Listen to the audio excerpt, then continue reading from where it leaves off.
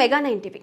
మన రోజువారీ జీవితంలో పొద్దున లేస్తే టీ పెట్టడం దగ్గర నుండి రాత్రి భోజనం వరకు ప్రతిదానికి వంట గ్యాస్ సిలిండర్ అత్యవసరం. మన దేశంలో దాదాపు 30 కోట్లకు పైగా ఎల్పీజీ గ్యాస్ కనెక్షన్లు ఉన్నాయి.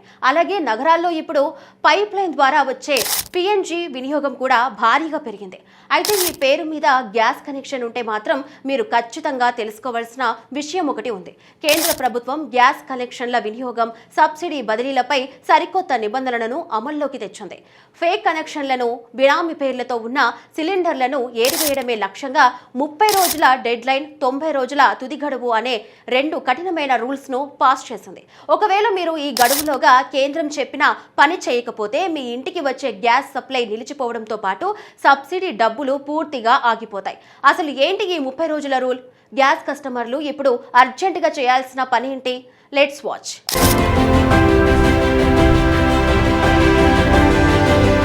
నిజానికి మన దేశంలో చాలా మంది ఎప్పుడో 10 లేదా 20 ఏళ్ల క్రితం గ్యాస్ కనెక్షన్ తీసుకొని ఉంటారు. కొందరు వేరే ఊర్లకు మారిపోయినా పాత అడ్రస్ లోనే కనెక్షన్ నడుస్తూ ఉంటుంది.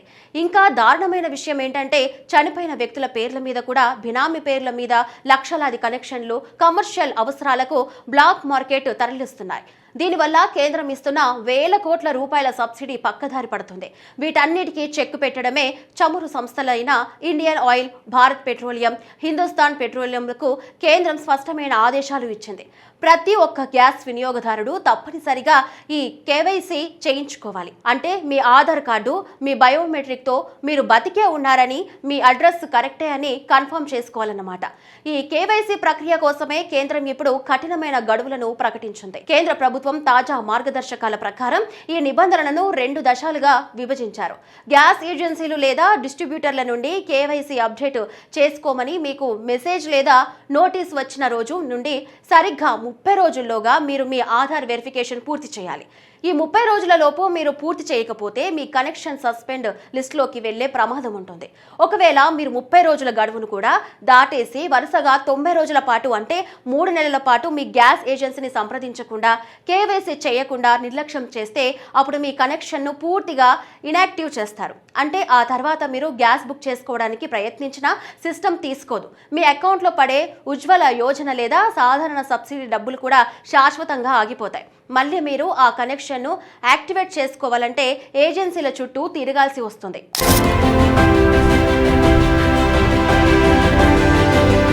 మరి కనెక్షన్ కట్ అవ్వకుండా ఉండాలంటే ఏం చేయాలి? చాలా సింపుల్. మీరు ఈ కేవైసీని 2 పద్ధతుల్లో సులభంగా పూర్తి చేసుకోవచ్చు. మీ gas passbook, Aadhaar card original xerox తీసుకొని మీరు గ్యాస్ తీసుకునే డిస్ట్రిబ్యూటర్ ఆఫీస్కు వెళ్ళండి. అక్కడ వారు బయోమెట్రిక్ మెషిన్ ద్వారా మీ వేలిముద్ర తీసుకొని క్షణాల్లో కేవైసీ అప్డేట్ చేస్తారు.